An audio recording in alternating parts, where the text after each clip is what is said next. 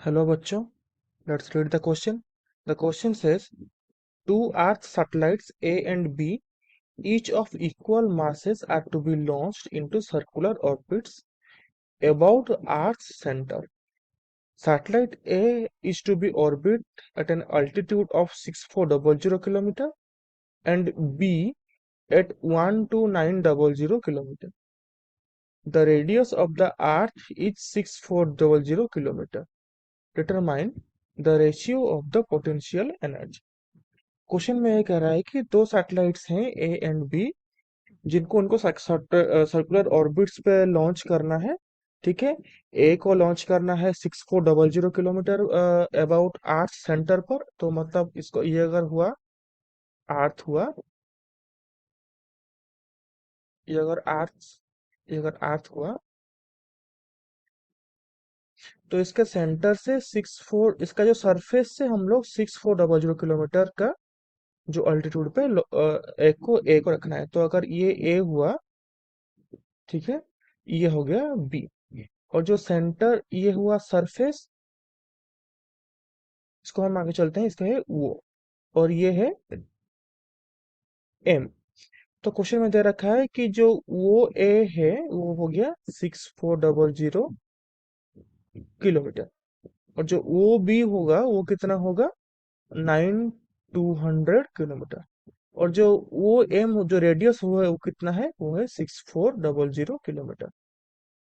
Question पूछा कि जो पोटेंशियल एनर्जी का कितना वैल्यू होगा। तो जब हम लोग इस क्वेश्चन करेंगे, हम लोग एक की कॉन्सेप्ट को यूज करेंगे इस क्वेश्चन में, जो कि है पोटेंशियल एनर्जी, जो कि है gravitational gravitational potential energy. Potential energy इसका वैल्यू होता है -G m m1 m2 -G m1 m2 by r, -G m1 m2 by r। इस कॉन्सेप्ट को हम लोग यूज करेंगे इस क्वेश्चन को करने के लिए।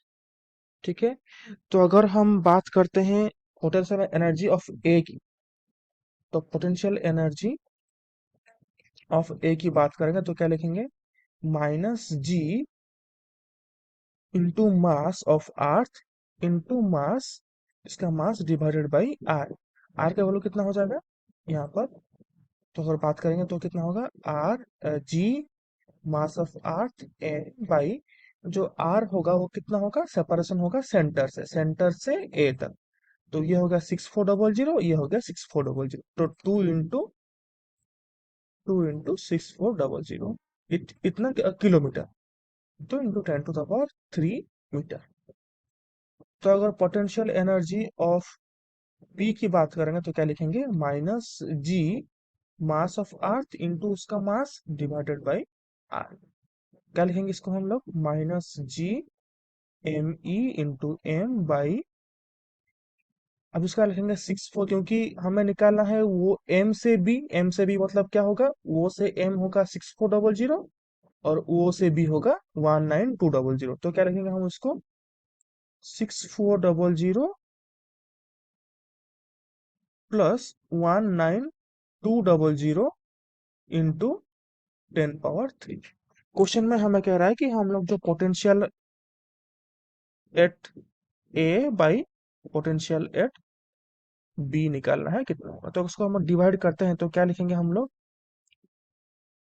तो लिखेंगे क्या, देखो यहाँ पर जो लिखेंगे -G m e into m by 2 into 6400 into 10⁻³ divided by, इसको करें तो क्या बोल रहे हैं, इसको हम मल्टीप्लाई कर देंगे ऊपर, 6400 in plus 19200 into 10⁻³ divided by -G m e into M.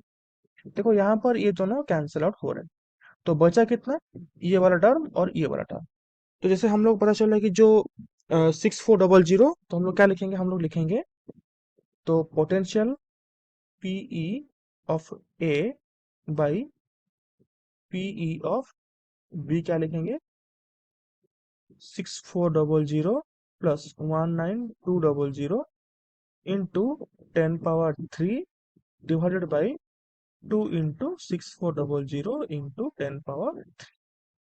देखो यहाँ से ये 10 पावर 3 ये दोनों कैंसिल आउट करें तो कितना आंसर बचा हमारे पास, ये बचा 25600 डिवाइडेड बाई 2 इंटू 6400, तो ये 4, तो ये 2, तो कितना हो जाएगा हमारे से बचा 2।